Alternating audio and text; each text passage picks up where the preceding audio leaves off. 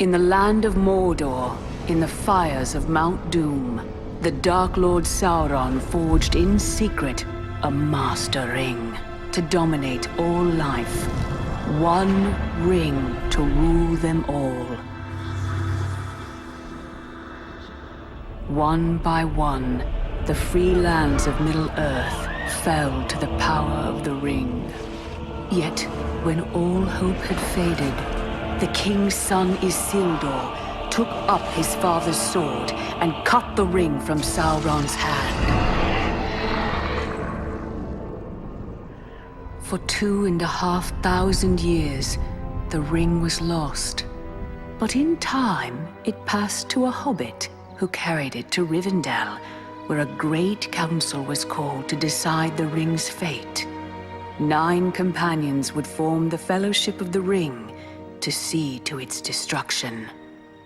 Frodo Baggins and his faithful friend Sam Gamgee would scale the slopes of Mount Doom and cast the ring into the fire from whence it came. To draw Sauron's eye from the ring-bearer, Aragorn, heir of Isildur, marched upon the Black Gate of Mordor and challenged the armies of the Dark Lord. As Aragorn and his army approached the Black Gate, Sauron prepared to empty all of Mordor to oppose him.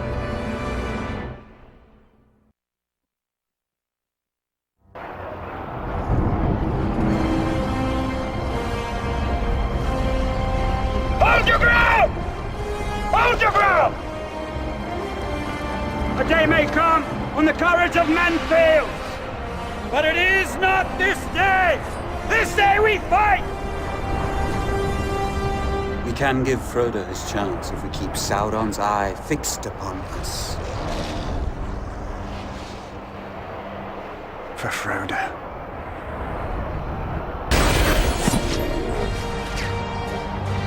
There are too many of them, Aragorn. Thin their numbers, or we'll be overrun. Trolls! Quickly, Aragorn! Bring them down!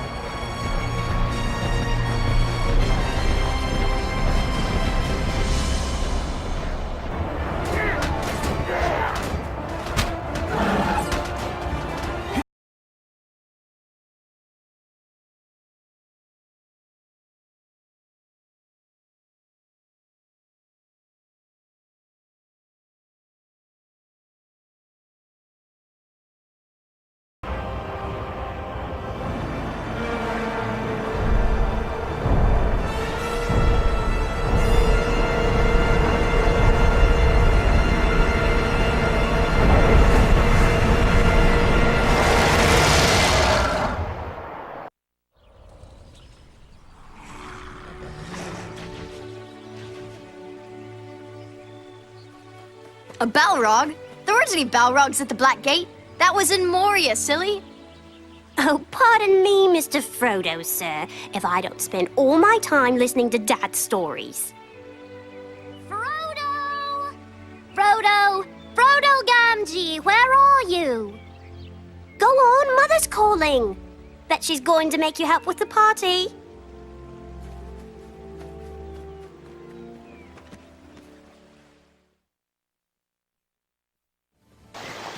It's been 15 years since Mr. Frodo and I made the journey to Mount Doom to destroy the ring.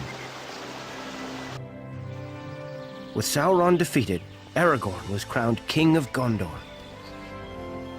Now, the king is coming to the Shire, and a great party is being held in his honor. Of course, as mayor of Hobbiton, it's up to me, Samwise Gamgee, to see that everything's ready. I'll be needing some help, and I think I know just the lad. You see, Mr. Frodo left with the elves, but there's still a Frodo living at Bag End. My son, Frodo Gamgee.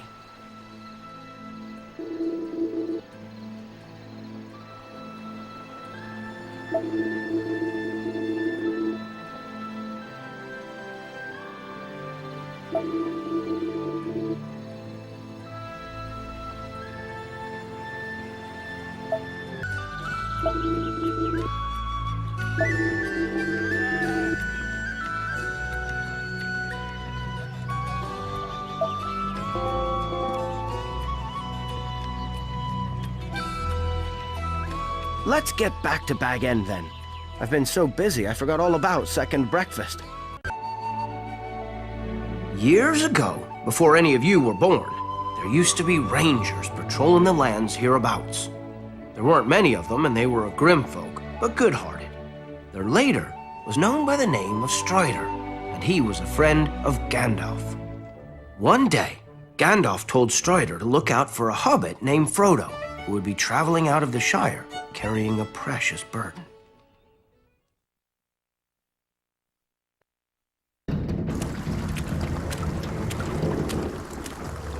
It was a grim, wet night in the village of Bree, and black riders were about, seeking the ring. Frodo decided that we should stay the night at the Inn of the Prancing Pony.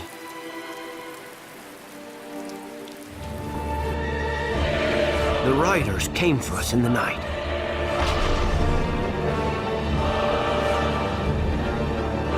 But Strider had found us first. What are they? They are the Nazgul, ring wraiths, neither living nor dead. At all times they feel the presence of the ring. Where are you taking us? To the House of Elrond. It would be a long journey to Rivendell.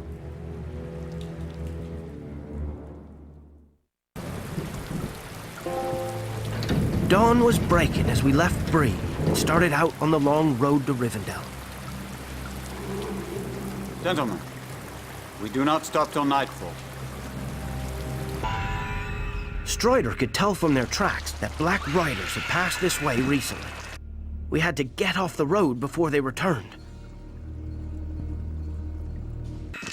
Get off the road! Quick!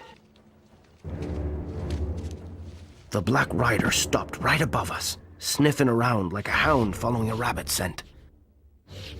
We all held our breath for fear of being heard, but finally, it turned away.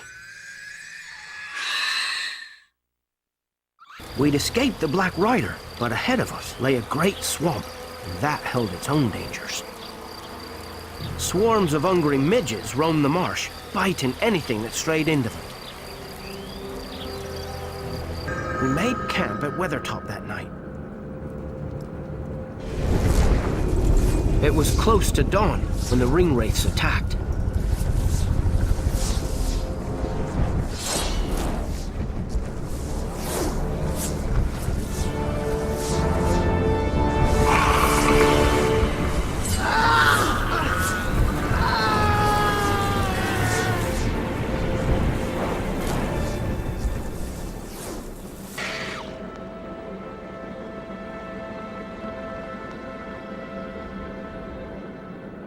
Strider! Help him, Strider! He's been stabbed by a Morgul blade. This is beyond my skill to heal. He needs Elvish medicine.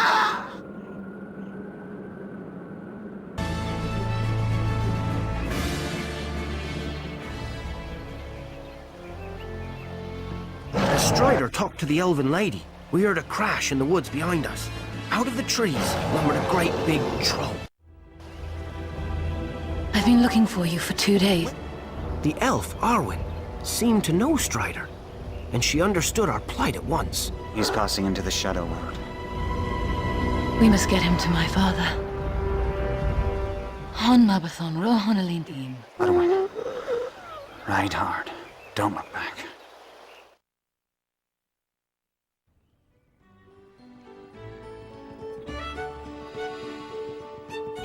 But what happened at Rivendell? There's plenty more to tell. Mayor Gamgee, they finished the archery stall. I said you'd be wanting to inspect it soon. Right you are, Tom. We'll finish the tale later. Come on, you lot. It's time young Frodo learned how to use a bow.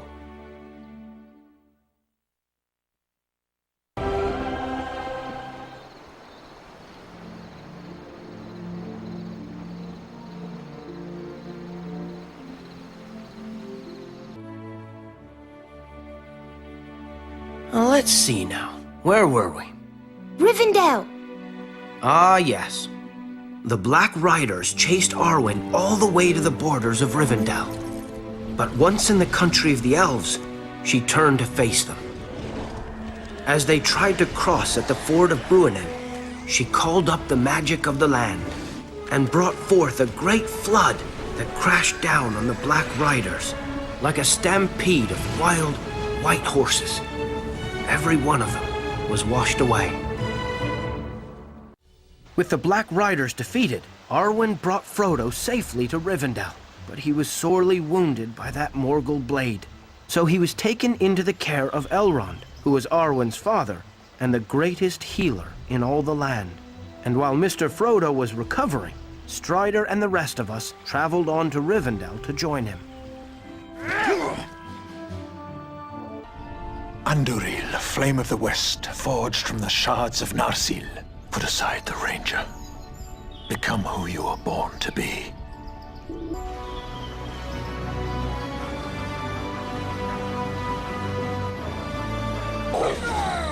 The spiders' nests were all in flames, but before Strider could so much as catch his breath, a big old queen spider burrowed up out of the ground. While Strider was helping Merry and Pippin, a great host of orcs had come down from the mountains.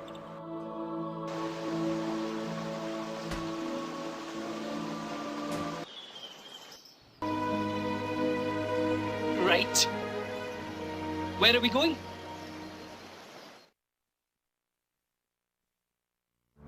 We left the safety of Rivendell for the steep paths through the misty mountains. But an unnatural snowstorm hit, sent by the treacherous wizard Saruman. We were almost buried and couldn't go on. Our only hope was to go under the mountains, through the ancient mines of Moria. The gate of Moria was hard to find, and harder still to open, but Mr. Frodo found a way. So the gate of Moria swung open, and all of us went in. But before we could go further, a terrible tentacled creature attacked from the water behind us. It tried its utmost to eat Mr. Frodo, but Strider fought it off. And then there was a mighty crashing behind us as we ran into the mines.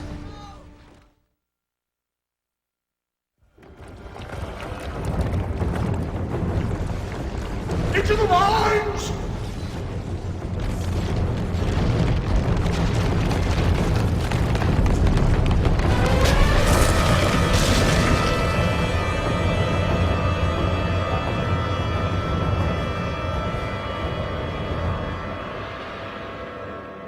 We now have but one choice. We must face the long dark of Moria. Behold, the great realm and dwarf city of Dwarrowdelf.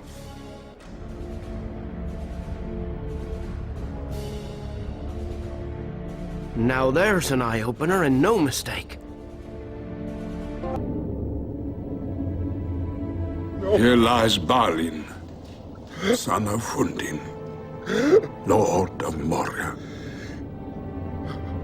He is dead then. Oh, It's as I feared. Orcs!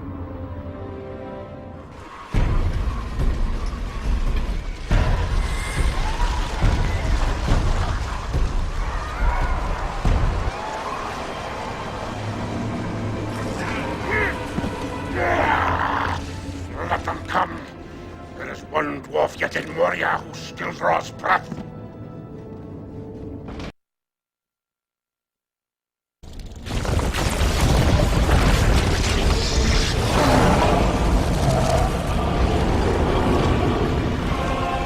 What is this new deathlight? A Balrog. A demon of the ancient world. This foe is beyond any of you.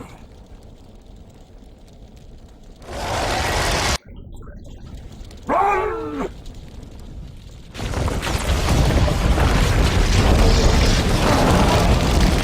The only way out was blocked by a sturdy gate. The Balrog had us trapped. Keep the beast away from me while I open the gate!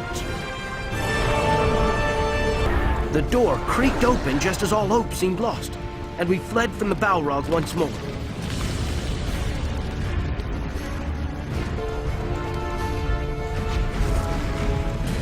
Below us, a crumbling staircase led to the bridge of Khazad-dûm. The eastern gate of Moria was almost in sight, but even here, goblins lay in wait.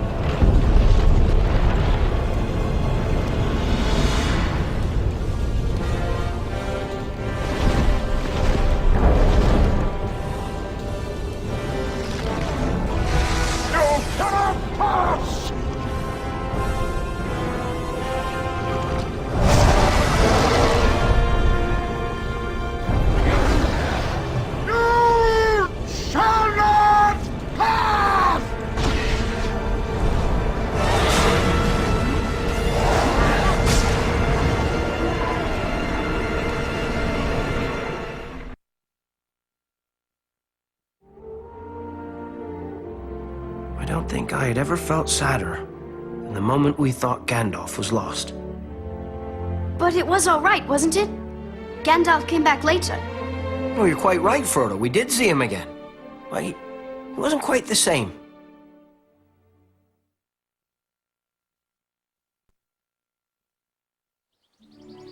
After we left Moria, Strider led us to Lothlórien, a mighty elven forest. It was the most wondrous place I had ever seen, with golden malorn trees as tall as any in Middle-earth, even taller than the one in the party field. You've told us all that before. Hundreds of times! Shh, you two. I'd like hearing about Lórien. Now then, you lot, pipe down. Of course you all know about Lórien and Galadriel and Celeborn, and how after we left, we were set upon by Saruman's Uruk-hai. That was when me and Mr. Frodo went off towards Mordor with that terrible ring. But Merry and Pippin were captured by the Uruk-hai, and Strider had to try to rescue them. The Uruks carried the hobbits with unnatural speed and untiring purpose.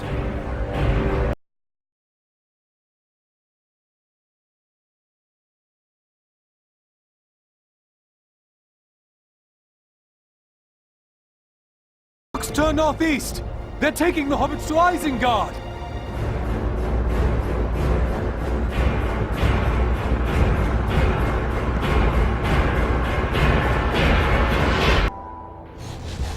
The Uruks knew they were being pursued and left guards to cover their escape. The Hunters had finally closed in on their quarry. They found the Uruks fighting with Sauron's orcs over who would take Merry and Pippin. There wasn't much time. For Rohan! The White Wizard approaches. Do not let him speak. He will put a spell on us. Who are you? Show yourself! You are tracking the footsteps of two young hobbits. Merry and Pippin are quite certain. It cannot be. Gandalf. Gandalf? Yes. Gandalf the Grey. That was my name. I am Gandalf the White. And I come back to you now. At the turn of the tide.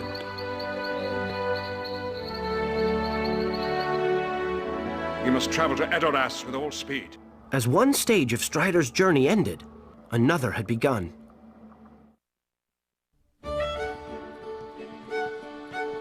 I think we should all go and see if any more party stalls are ready. Oh, no, there's an idea. Strider's gonna reach Rohan soon, the land of the Horse Lords, you know, and it'll keep. I'd wager old Farmer Burrows will be wanting someone to try out the riding stall. Come on then, everyone. Let's see if we can finish the story before the king arrives.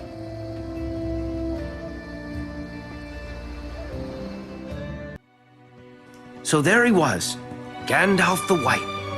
This new Gandalf seemed more serious now.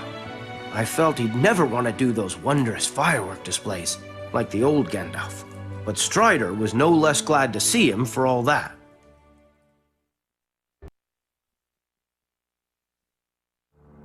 The road to Edoras was long, and time was pressing. But with Gandalf to guide them, all obstacles could be overcome. That is one of the Meras, unless my eyes are cheated by some spell.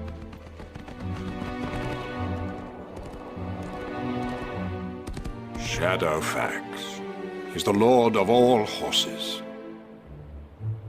and has been my friend through many dangers. Edoras, and the Golden Hall of Meduseld. There dwells Theoden, king of Rohan, whose mind is overthrown. Gandalf the Grey is coming. He's a herald of woe. I cannot allow you before Theoden King. The gates of Edoras shall stay closed by order of Grima Wormtongue. Lady Eowyn commanded the gates to be opened, and even Grima's henchmen couldn't refuse the king's niece. Thanks to Aragorn, the last of the injured villagers reached the safety of the hall. Meanwhile, outside, Éomer and his company of horsemen had joined the battle.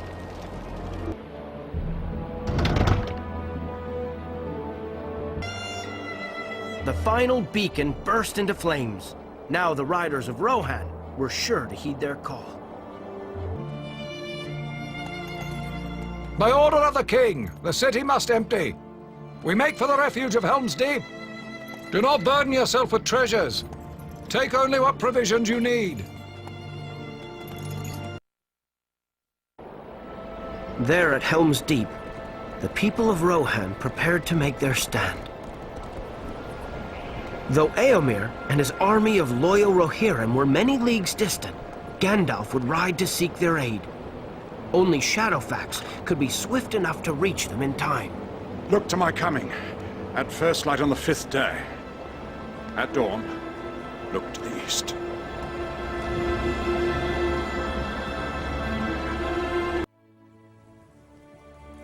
With all the Rohirrim packed into Helm's Deep, Strider helped everyone prepare for battle. They were joined by a force of elves from Lothlórien. But Saruman's forces were so many that even the bravest wondered how they could possibly win.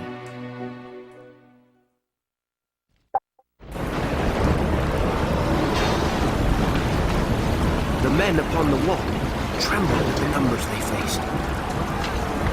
Most had seen too many winters, too few. But all were brave and stood their ground with Strider and his friends.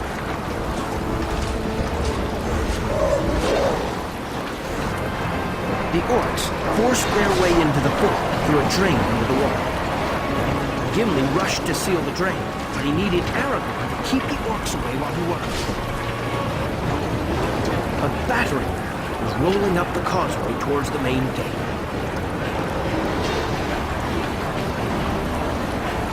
The wounded villagers reached the courtyard, but the orcs were close behind them. They wouldn't last long unless Aragorn could close the gate. Aragorn! Quick! The wheel! By the gate!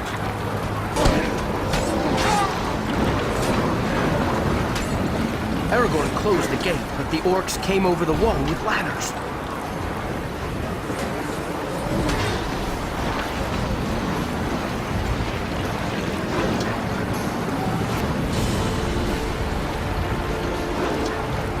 Even as Theoden spoke, orcs were scaling the outer walls.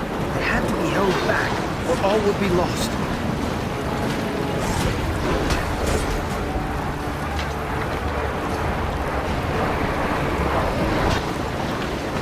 Just as the drawbridge was raised, the orcs broke through the main gate. They're broken through! Retreat! Fall back! Fall back! Theoden Theoden and his men fell back as an Uruk-hai champion stormed into the courtyard. Only Aragorn could hope to stand his ground against such a fearsome foe. But now, fierce corsairs were sailing up from the south to help Sauron's army attack the great white city of Gondor, Minas Tirith. And so, while the Rohirrim rode to Gondor, Strider traveled to a cursed place and called up ghosts to help him. They had been men who had sworn in the days of Elendil to fight against Sauron, but had broken their promise. Now they agreed to join Strider, so they could fulfill their oaths and finally rest in peace. With their help, Strider took over the ships of the Corsairs and sailed to the battle in their stead.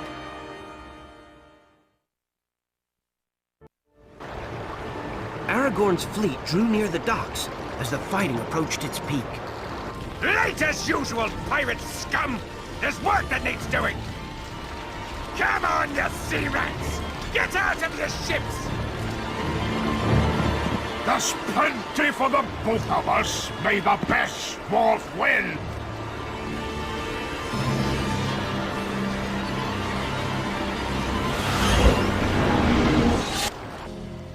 Minas Tirith was surrounded by the armies of Mordor. Sauron's orcs covered the Pelennor fields, and trolls pulled huge siege towers toward the walls. Aragorn would have to fight his way through them to reach the city. Far above the city, a great flying beast carried the Witch King of Angmar, the very same ringwraith who had hurt Mr. Frodo at Weathertop. The beast's blood-curdling screams echoed through the city as it swooped to batter the defenses. Meanwhile, Sauron's siege towers drew ever closer to the walls of Minas Tirith. You're soldiers of Gondor. No matter what comes through that gate, you will stand your ground.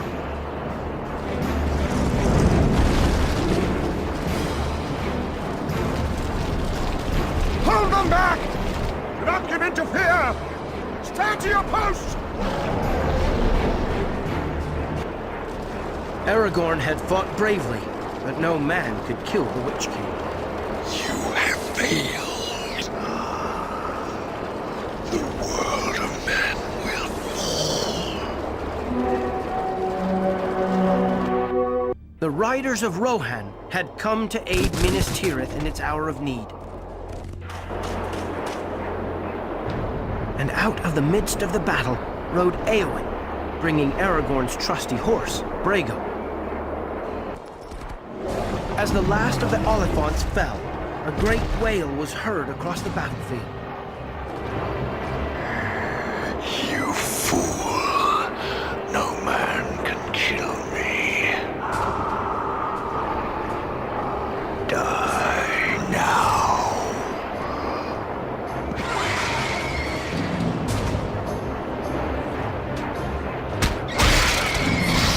The Witch King of Angmar had fallen, struck down by a woman's hand. But the battle wasn't over yet. The enemy threw all their remaining strength against the city in one last desperate attack. Minas Tirith was saved, and the armies of Sauron fled. But the war was not yet done, and a hard decision awaited. Release us. You gave us your word. Very handy in a tight spot, these lads, despite the fact they're dead. I hold your oath fulfilled. Be at peace. Maybe they would regret it later, but Aragorn was a man to keep his promises. The Oliphants were done for, and the Witch King was dead. All the orcs had fled back to Mordor, and Minas Tirith was still standing. Strider had won. Hooray! But they couldn't cheer for long. Sauron was much too strong to let this setback stop him. While there was a chance of getting the ring, the world was still in danger. And two hobbits were climbing right up to his back door at that very moment. You and Mr. Frodo. That's right. At any second, Sauron could have spied us out, and Strider knew it. So he came up with a plan to distract him. Then and there, he marched the army forth. Elves, men, dwarves, and hobbits, right up to the Black Gate itself, to challenge Sauron to one final battle for Middle-earth.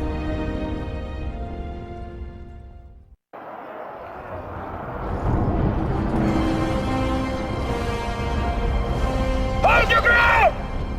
Hold your ground! A day may come when the courage of men fails, but it is not this day! This day we fight! We can give Frodo his chance if we keep Sauron's eye fixed upon us. For Frodo. Just then, a hideous, corrupted man strode through the gate. He was Sauron's lieutenant, sent to challenge Aragorn.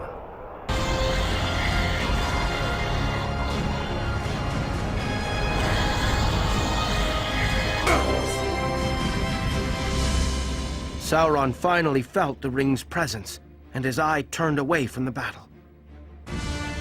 But me and Mr. Frodo had already reached the foot of Mount Doom.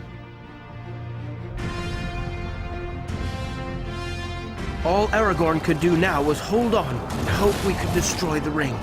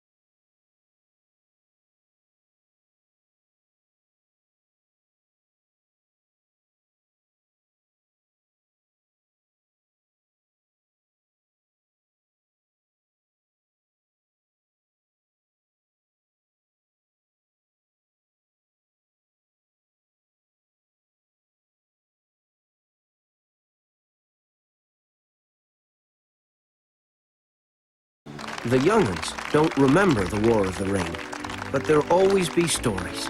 That's where evil belongs. In tales of long ago, safely vanquished by heroes. So let's enjoy ourselves in proper Hobbit fashion, and remember all those stories of folk, like Frodo Baggins, and Gandalf, and Aragorn, King of Men.